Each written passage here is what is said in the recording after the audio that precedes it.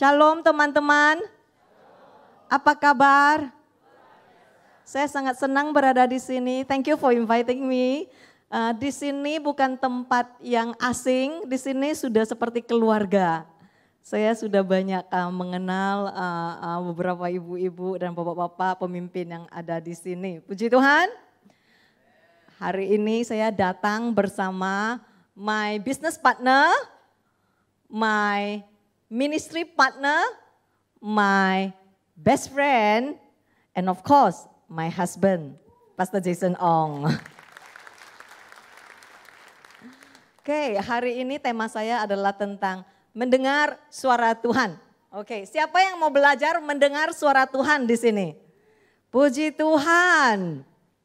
Oke, coba tanya yang sebelah ya. Kamu bisa dengar suara Tuhan enggak? Jawabannya apa saudara? Jawabannya mungkin ada yang berkata iya, ada yang berkata tidak, ada juga yang berkata kadang-kadang iya, kadang-kadang tidak. Iya, setuju? Iya ya? Oke, bisa tolong tayangkan slide saya. Oke, kita harus mengenal kebenaran firman Tuhan. Slide berikutnya. Tuhan kita adalah Tuhan yang berbicara. Ayo ulangin, Tuhan yang berbicara. 1, 2, 3.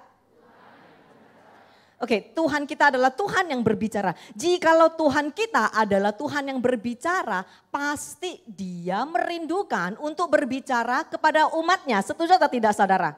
Setuju ya. Dan sudah banyak sekali diulang-ulangin, hubungan Tuhan kita dengan kita bukan sekedar agama, tetapi adalah hubungan pribadi ya. Dan setiap hubungan pasti ada komunikasi.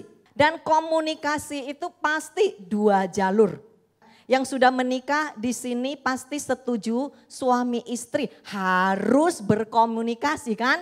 Iya atau tidak? Bisa enggak suami dan istri kita komunikasinya pakai begini? Bisa? Enggak bisa ya. Jadi komunikasi itu artinya 2 jalur. Ada pertukaran dan itulah Tuhan kita. Nah, sekarang tanya lagi ya yang di sebelah ya. Tadi kan jawabnya kadang-kadang bisa mendengar suara Tuhan. Kadang-kadang tidak ya.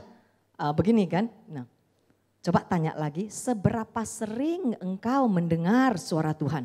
Ayo coba tanya. Seberapa sering saudara jawabannya? Sama. Kadang iya, kadang tidak. Oke? Apakah itu kenyataan dan kebenaran sesuai dengan firman Tuhan? Slide berikutnya. Siapa sih Tuhan kita? Salah satu dari nama Tuhan kita adalah Immanuel. Oke? Immanuel artinya Tuhan senantiasa bersama kita. Jikalau kita punya Tuhan yang senantiasa bersama kita, kenapa sih kok kita kadang-kadang mendengar, kadang-kadang tidak mendengar, apalagi ya kalau lagi urgent, lagi kepepet, oke? Mau beli rumah ini atau mau beli rumah itu, mau pelayanan yang begini atau pelayanan yang begitu. Oke, minta arahan mau ke sini atau mau ke sini. Tiba-tiba kok kayaknya nggak bisa mendengar suara Tuhan. Sedangkan firman Tuhan jelas-jelas menyatakan dirinya sendiri. Tuhan adalah Immanuel, artinya Dia senantiasa ada di dalammu.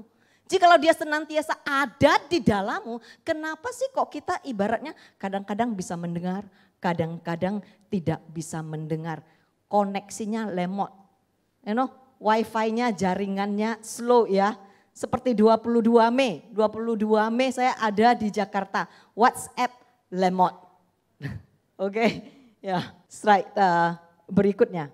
Ada 3 hal yang Tuhan sering mau berbicara kepada umatnya. 3 hal.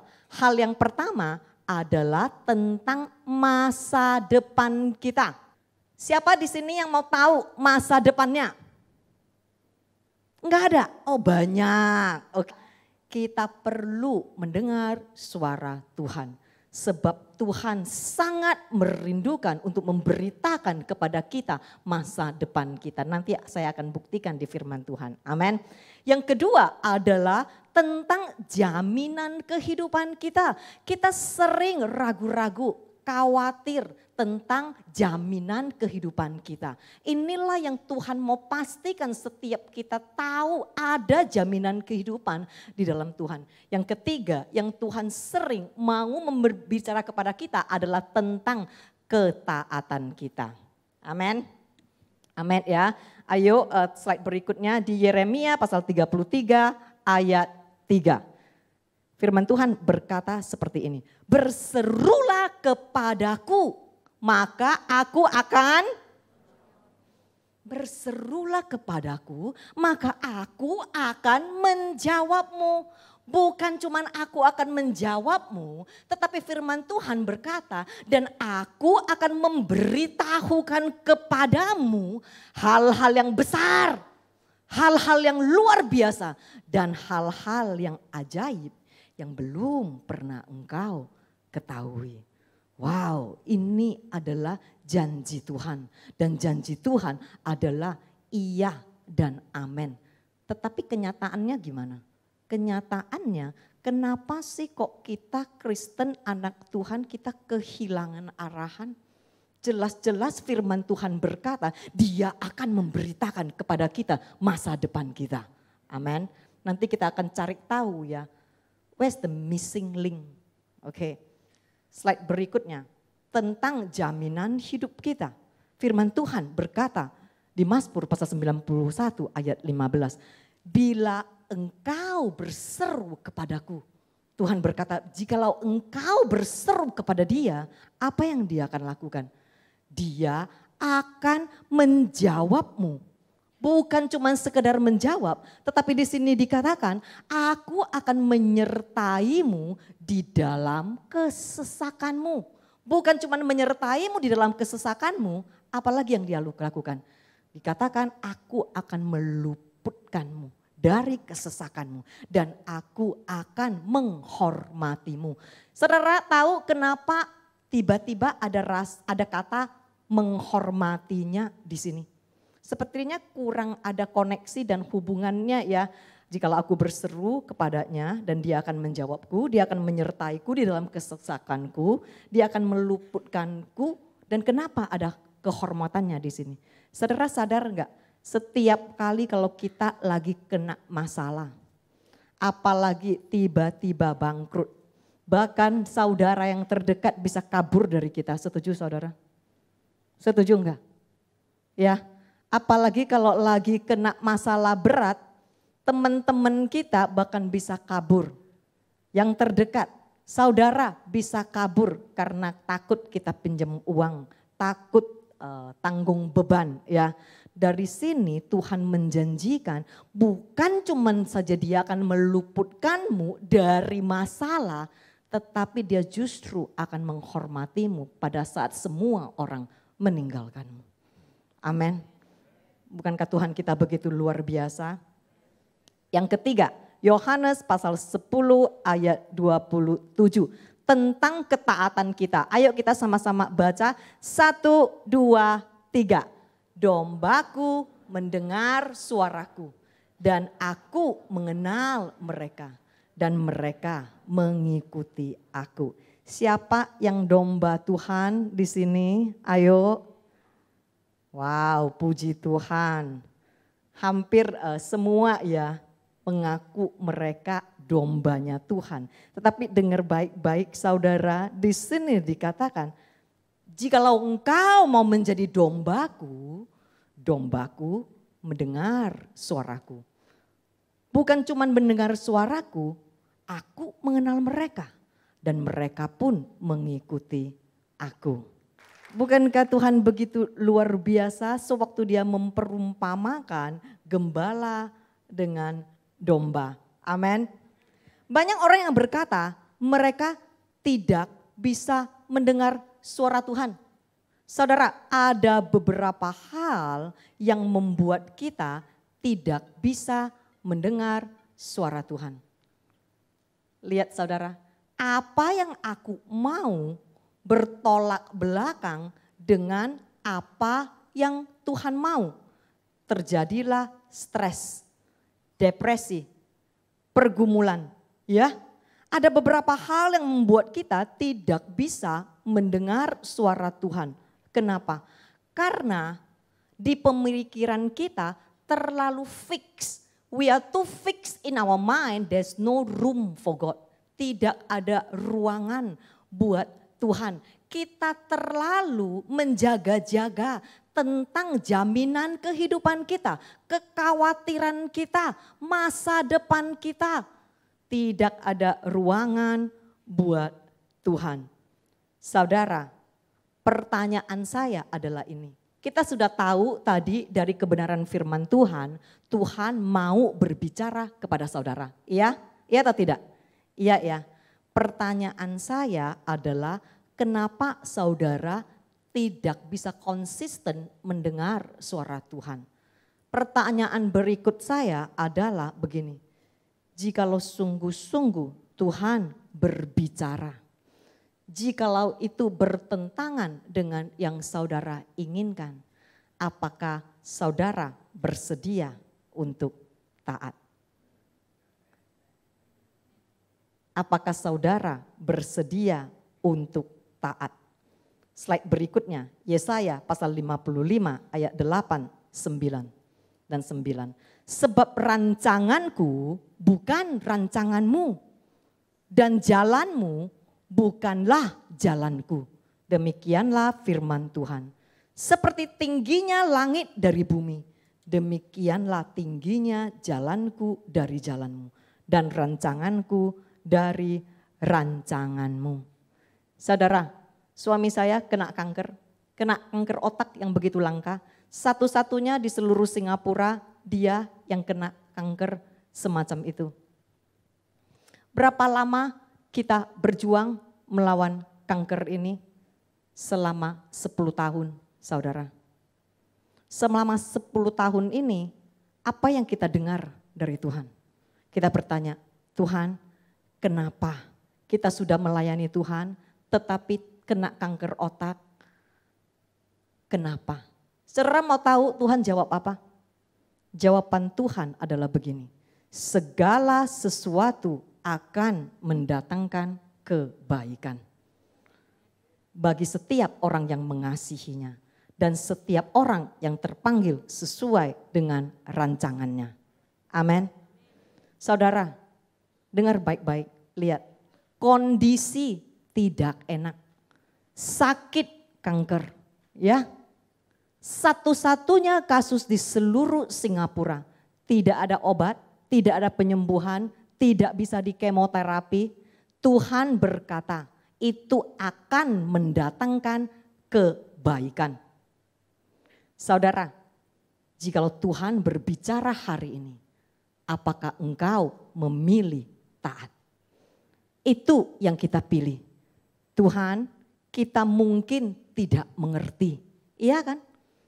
Bukan segala hal kita harus mengerti sebab jalan kita dan rancangan kita jauh lebih rendah. Jalan dan rancangan dia jauh lebih tinggi. Jadi itu sepantasnya kita tidak mengerti.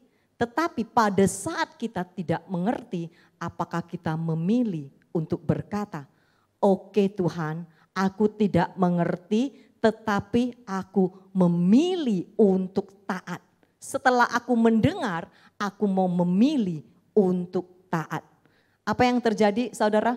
Dokter bilang 6 bulan enggak bisa lewat, pasti mati. Ini yang dokter bilang. Tuhan berkata, pergi kamu ke bangsa-bangsa, memuliakan namaku. Secara logika, Tuhan, saya belum sembuh, bagaimana saya bisa pergi ke bangsa-bangsa memuliakan namamu. Bahkan jikalau mau kesaksian di mimbar itu harus sembuh baru bisa kesaksian kan. Gimana kita bisa berdiri di atas mimbar dan berkata, puji Tuhan aku divonis sudah mau mati dan hari ini masih sembuh. Bisa enggak saudara?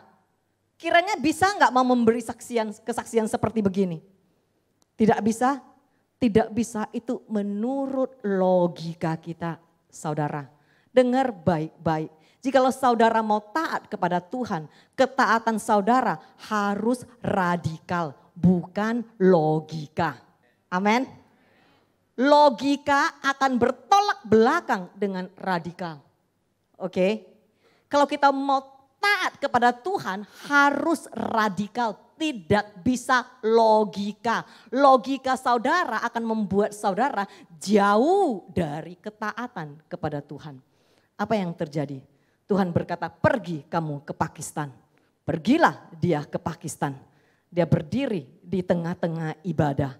Tanah merah, tanah liat. Di satu sisi semua wanita, satu sisi semua pria. Mereka tidak bisa berduduk bergabungan. Apa yang terjadi? Dia berkata kepada jemaat Kristen di Pakistan. Dia berkata seperti ini.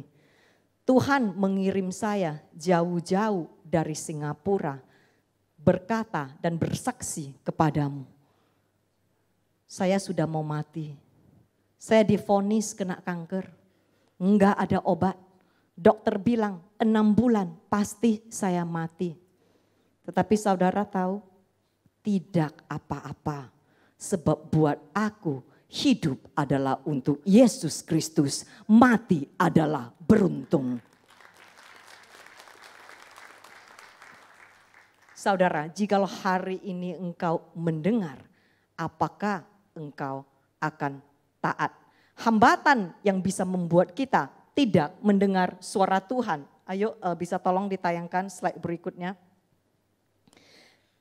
Seringkali kita penuh dengan ketakutan. Ketakutan akan masa depan kita. Masa depan kita harus dirancangkan sesuai dengan ambisi kita. Itu adalah salah satunya yang akan menghambat suara Tuhan. Sebab Tuhan sudah punya rancangan hidupmu di dalam tujuan dan kehendaknya. Yang kedua, apalagi yang menghambat kita sehingga kita tidak bisa mendengar suara Tuhan. Ketidakpercayaan, keraguan-raguan. Apa sih artinya keraguan-raguan? Hari ini percaya, besok enggak percaya. Lusa enggak tahu mau percaya atau enggak percaya. Oke? Ini saya paling suka ya, kasih contoh ya. Hari ini memilih untuk hidup kudus. Besok kudis. Nanti lusa kena panu. Nanti balik lagi kudus ya.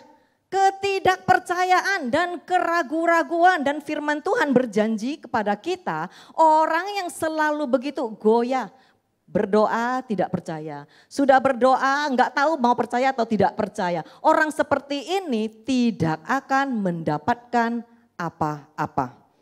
Yang ketiga, orang-orang yang selalu mau memuaskan hawa nafsunya. Hawa nafsu mungkin bisa tentang pencemaran tubuh, bisa tentang yang lain-lain ya, hawa nafsu, keserakahan dan lain-lain. Apa sih yang Tuhan mau di dalam kehidupan kita? Yang Tuhan mau di dalam kehidupan kita adalah masa depan kita sesuai dengan rancangannya. Itu yang pertama. Yang kedua adalah apakah kita mau menyerah? Apakah kita mau menyerah? Yang ketiga adalah Tuhan inginkan satu-satunya adalah setiap kita bertumbuh secara rohani. Amin. Slide berikutnya. Saudara mau 3 kunci bagaimana agar saudara bisa mendengar suara Tuhan? Ada 3 kunci yang mau saya bagikan. 3 kunci ini akan membawa saudara untuk lebih sensitif dan bisa mendengar suara Tuhan.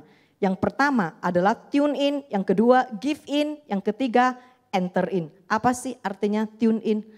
Tune in artinya yang pertama yang harus kita lakukan adalah kita mau mendengar dulu. Seperti kalau kita mau mendengar lagu kan, kita setel. Kenapa kita setel? Sebab kita mau mendengar, ya. Setelah kita mendengar, apa yang harus kita lakukan? Kita harus rela menyerah. Sewaktu kita mendengar, kita harus rela menyerah.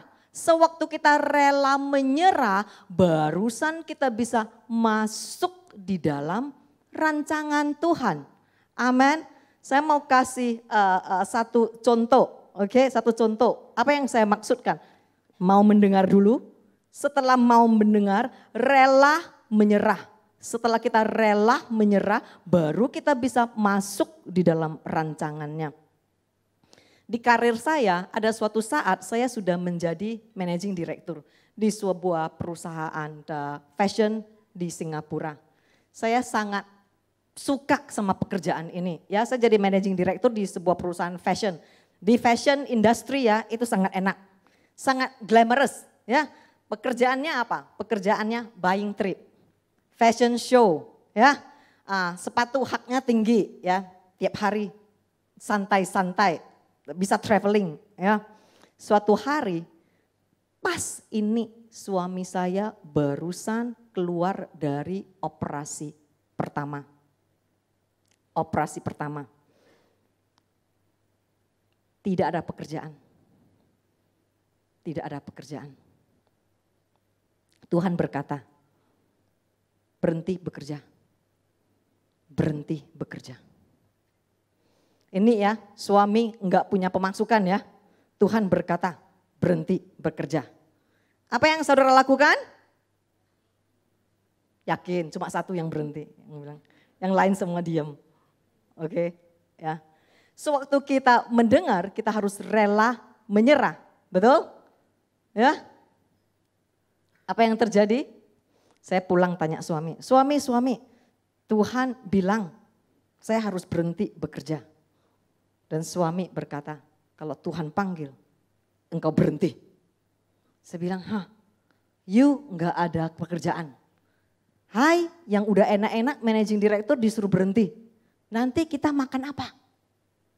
Bisa melihat saudara, selalu ketakutan kita, ketidakpercayaan kita, keraguan-raguan kita yang akan memberhentikan rancangan Tuhan di dalam kehidupan kita. Terus saya bertanya kepada suami, makan apa nanti? Saudara mau tahu apa yang dia jawab? Jikalau Tuhan panggil, dia akan menyediakan. Amin. Apa yang terjadi? Saya resign, berhenti bekerja. Ya, setelah berhenti bekerja, 3 minggu di rumah enggak ngapa-ngapain. Apa yang saya lakukan? Saya berdoa dan berdoa dan berdoa. Apa yang terjadi? Suatu malam jam 3 pagi subuh. Seperti ada satu thumb drive yang masuk ke sini. Tuhan bertanya, kamu mau buka bisnis?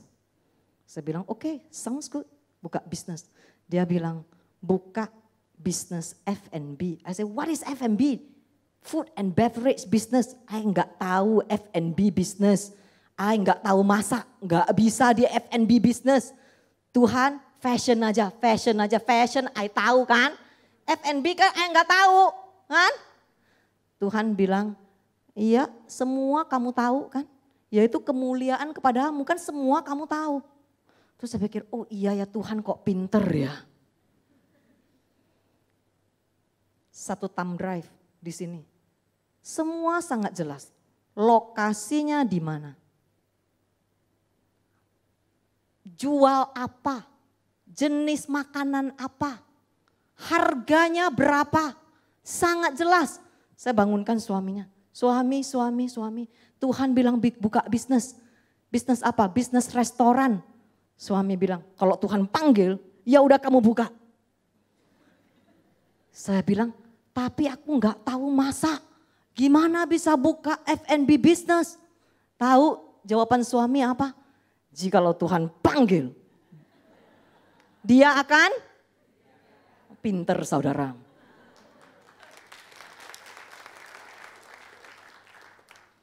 Ya udah, karena punya suami yang imannya kuat seperti itu Bu ya. Saya bukalah bisnis. Bisnisnya apa? Makanan kan? Lokasinya diberikan kepada saya, ada yang sudah pernah sering ke Singapura tahu Bugis Junction di mana. Ya, Tuhan memberikan kepada saya lokasi di Bugis Junction. Oke, Bugis Junction itu saya cari ya, yang pas ketemu dengan budget saya adalah kiranya kalau Tuhan panggil kita dibuka bisnis F&B kiranya di restoran kan. Ini enggak, karena uangku pas-pasan aku cuma bisa ada di food court. Bugis Junction Food Court, ada yang udah pernah ke sana kan. Dan sewanya mau tahu berapa saudara? Sewanya 1 bulan 28.000 Singapura dolar. Saya hitungnya, kalau dalam 3 bulan saya enggak berhasil, matilah saya, pasti. Bangkrutlah saya. Apa yang terjadi? Karena itu F&B kan, di rumah ya belajar. Hari H, September tanggal 1 tahun 2007. Kita harus buka itu restoran. Ya, apa yang terjadi? Di rumah udah belajar kan. Sewaktu saya masuk itu dapur komersial, aku kaget. Kenapa kaget? Itu apinya nggak sesuai sama yang di rumah. Apinya gede, triring ya. Jam 10 itu toko saya harus buka. 9.30 saya masak mushroom soup. Mushroom soup saya hangus. Karena itu apinya begitu besar, takut kan? Mau masak nasi, saudara tahu kan? Di rumah mama kita sering ajarin kita gimana caranya. Mau masak nasi, mau takar airnya, celupkan ini jari kedua, lihat ini garisnya, dan airnya nggak boleh lewat garisnya, pasti nasinya jadi ya. Gimana mau masukin jariku? Itu rice cookerku gedenya sebegitu gitu. Gimana gue bisa masukin? Kalang kabut kan, lari ke sana, lari ke sini. Ini yang paling lucu. Paling lucunya apa? Saya di bidang Italian food and Western food ya. Ada itu penggorengnya yang begitu tinggi. American range ya. Goreng ayam ya, begini. Enggak pernah saya lihat mesin ini seumur hidupku. Cuma kali itu. Saya tanya kontraktor sini, ini caranya bukanya ini gimana? Kontraktor bilang, very easy, idiot proof. Artinya orang bodoh pun tahu cara tanganin mesin ini. Oke, dia bilang pokoknya nanti mau buka toko, masukin minyaknya, buka kompornya, buka gasnya, pasti jadi. Oke, jam 10 harus buka toko kan, jam 9.45 saya tuang minyaknya, saya buka kompornya, cek, minyakku kok hitam. Kalang kabut kan, telepon kontraktor, cepat datang. Ini mesinnya rusak, tolong cepat, ini tokoku udah mau buka ya, jam 10 udah mau buka nih. Kontraktornya oke tenang, datang. Begitu kontraktornya melihat, dia liatin aku. You, first time in this business? Kamu pertama kali ya kamu di bisnis ini ya? Saya bilang, iya. Saya nggak pernah lihat orang seperti kamu. Plastiknya nggak kamu sobek. Kamu masukin minyaknya dan kamu buka apinya, ya pasti minyak hitam lah. Saya bilang, gua mana tahu gua harus sobek plastiknya. Karena kalau saudara tanya ya, yang orang-orang yang di bidang restoran itu semua alat-alatnya ada satu plastik yang begitu ketat. Harus disobeknya begitu. Begini, nggak bisa main sobek-sobekan yang biasa-biasa ya. Saya mana tahu. Saudara, tiap hari nangis. Kenapa nangis? Satu hari kita harus kerja 16 jam. 16 jam. Suami kanker masih di otak. Mendengar suara Tuhan. Dan rela menyerah. Apa yang terjadi saudara? Bulan pertama penjualan kita di food court ada 25 toko. Bulan pertama kita 25. Bulan kedua dari 25 kita menjadi 15. Bulan ketiga pas sebelum saya bangkrut. Dari 15 kita menjadi nomor 1 di seluruh food court itu.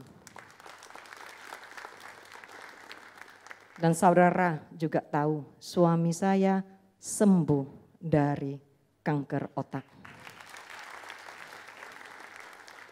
Saudara, pertanyaan saya, jikalau hari ini engkau mendengar, apakah engkau rela menyerah? Jikalau engkau mendengar, engkau rela menyerah, engkau akan masuk di rancangan Tuhan. Amin. Tolong tayangkan slide berikutnya. Lukas pasal 11 ayat 9 sampai 13.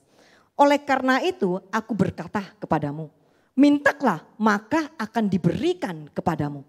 Carilah maka kamu akan mendapat. Ketoklah maka pintu akan dibukakan bagimu. Karena setiap orang yang meminta menerima. Dan setiap orang yang mencari mendapat. Dan setiap orang yang mengetok baginya pintu dibukakan. Saya tahu firman ini adalah firman yang sudah begitu sering didengar. Bahkan saya rasa saudara pasti bisa hafal. Kenapa? Karena ini kedengarannya enak. Pokoknya minta aja pasti engkau akan menerima. Iya, setuju atau tidak? Iya, jadi Tuhan aku minta Ferrari. Harus warna hitam. Jadi aku minta terus, minta terus, minta terus. Pasti aku akan mendapat dan semua orang mengatakan amin. Iya begitu? Iya begitu? Apakah benar-benar begitu? Oke. Slide berikutnya. Ayat 11. Karena setiap orang yang meminta menerima, setiap orang yang mencari mendapat, setiap orang yang mengetok baginya pintu akan dibukakan. Berikutnya, apa yang firman Tuhan katakan? Slide berikutnya, yang 12, bisa ditayangkan yang 12. Mungkin saudara bisa baca, 1, 2, 3, ayo.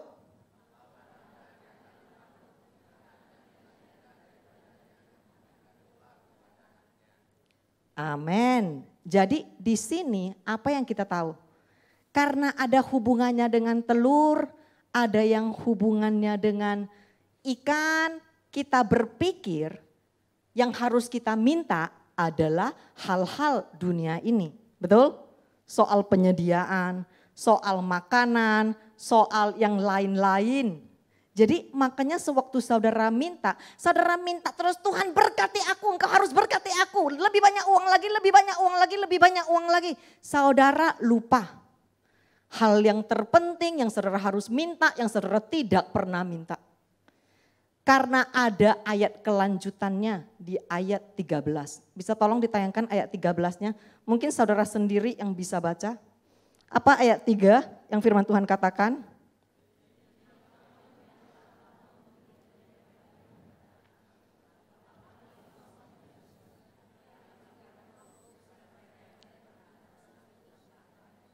Saya ulangin ya.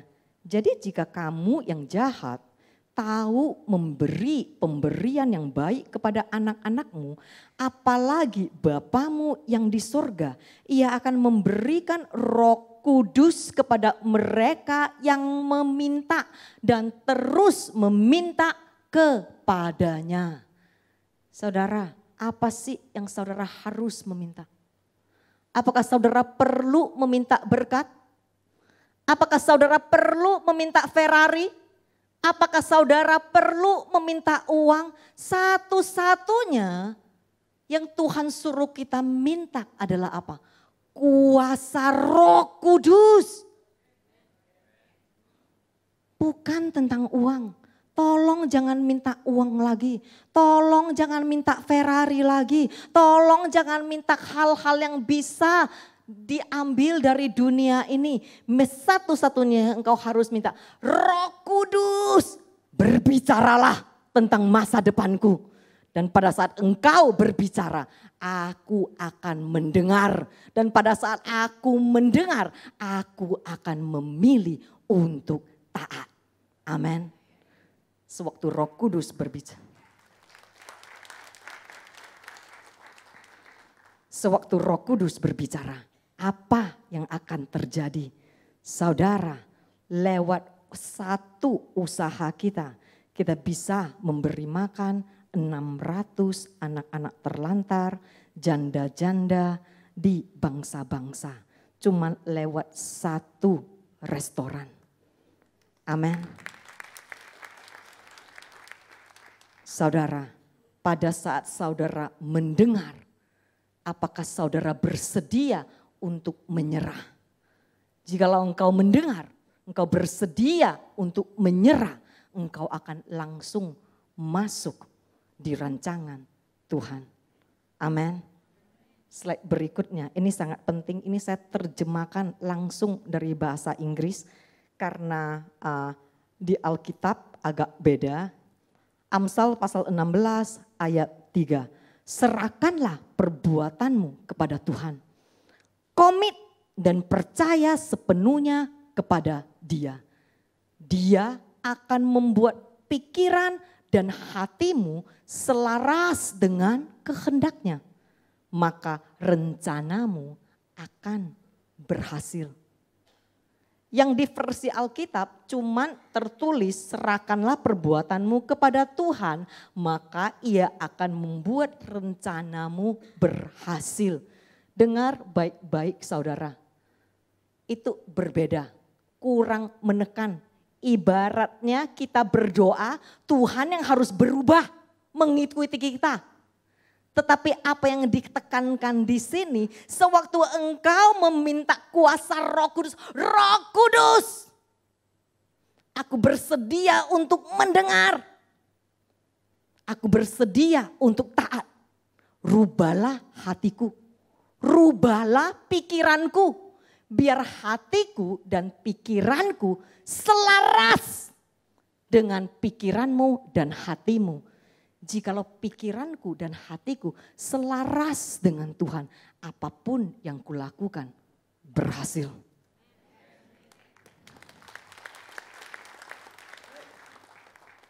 Amin. Berikutnya, slide terakhir saya bisa minta pemusik untuk Udan WL untuk maju. Yohanes pasal 15 ayat 7. Firman Tuhan berkata seperti ini. Ini saya juga terjemahkan langsung dari bahasa Inggris Amplified Classic Version ke Indonesia. Jikalau kamu tinggal di dalam aku. Artinya sangat mematuhi dan menyatu denganku. Dan firmanku tinggal di dalam kamu dan senantiasa hidup di dalam hatimu. Mintalah apa saja yang kamu kehendaki dan kamu akan menerimanya. Amin. Bukakan firman Tuhan begitu luar biasa. Jadi pada saat saudara meminta, apa sih yang saudara harus minta? Tuhan, aku minta kuasa Roh Kudus-Mu. Amin. Aku minta biar aku mendengar suara-Mu. Aku mendengar apa sih panggilan di dalam kehidupanku. Apa sih yang aku harus lakukan di dalam usaha saya? Apa sih yang aku harus lakukan di dalam pekerjaanku? Yang belum punya pasangan atau yang mau mencari pasangan atau yang mau menikah. Tuhan, siapakah calon istriku? Siapakah calon suamiku? Berbicaralah, dan pada saat engkau berbicara, aku akan pastikan di bagianku, aku akan mendengar dan aku akan rela menyerah. Dan pada saat aku melakukan hal seperti ini, aku langsung masuk di dalam rancangan Tuhan. Amin. Amin. Saudara, jikalau engkau minta dan minta terus kuasa Roh Kudus, apa yang akan terjadi? Kehidupanmu akan berubah. Amin. Sebab tidak dengan kekuatan kita, tetapi dengan kekuatan Roh Kudus. Amin. Kehidupanmu akan berubah. Tingkah lakumu akan berubah. Karaktermu akan berubah. Dan pada saat orang-orang sekelilingmu melihat perubahanmu, disitulah engkau akan menuai dengan besar-besar. Itulah Pantekosta ketiga. Amin. Slide terakhir, saudara. Jikalau Tuhan ada di dalammu, engkau tinggal di dalam Dia, sama dengan sukses. apapun yang kamu lakukan, apapun yang kamu minta, jikalau pikiranmu dan hatimu selaras dengan pikiran dan hati Tuhan. Amin. Ayo sama-sama bangkit. Ini adalah momennya di antara saudara dengan Tuhan sendiri. Mata Tuhan sedang melihat. Jikalau ini kehendak hati saudara, jikalau saudara berkata kepada Tuhan begini, Tuhan, mulai hari ini aku mau mendengar suaramu. Dan bukan cuma mau mendengar suaramu, tetapi pada saat aku mendengar, aku akan berjuang melakukan apapun itu untuk rela menyerah dan taat kepadamu. Dan disitulah aku akan masuk di tengah-tengah rancangan. Tuhan, aku tidak mau lagi meminta apa-apa atau hal yang lain, tetapi aku mau minta Roh Kudus-Mu. Jikalau ini adalah kehendak hatimu, engkau angkat kedua tanganmu sendiri di hadapan Tuhan. Di mana engkau berada? Terima kasih Tuhan. Terima kasih Tuhan. Lihat tangan anak-anakmu. Lihat tangan-tangan yang sudah ditinggikan di hadapanmu. Di dalam setiap kelemahan kami, di dalam setiap ketidaksempurnaan kami, Tuhan, hari ini kami mau komit, kami mau berkata, Tuhan berbicaralah, dan kami akan mendengar. Dan bukan cuma mendengar, tetapi hari ini setelah kami mendengar pun, kami akan rela menyerah, dan kami akan taat sepenuhnya kepada Engkau. Curahkan Roh Kudus-Mu. Curahkan Roh Kudus-Mu. Satu-satunya yang kami inginkan ya Tuhan. Curahkan Roh Kudus-Mu ya Tuhan. Lebih lagi penuhi setiap umat-Mu. Biar sesungguhnya kami akan menggenapi kehidupan kami sesuai dengan tujuan dan rancangan-Mu. Terima kasih Tuhan. Terima kasih Tuhan. Kami menerima semua ini dengan iman. Dan terima kasih Tuhan. Sama-sama yang percaya. Kami katakan amin. Tuhan berkatin saudara.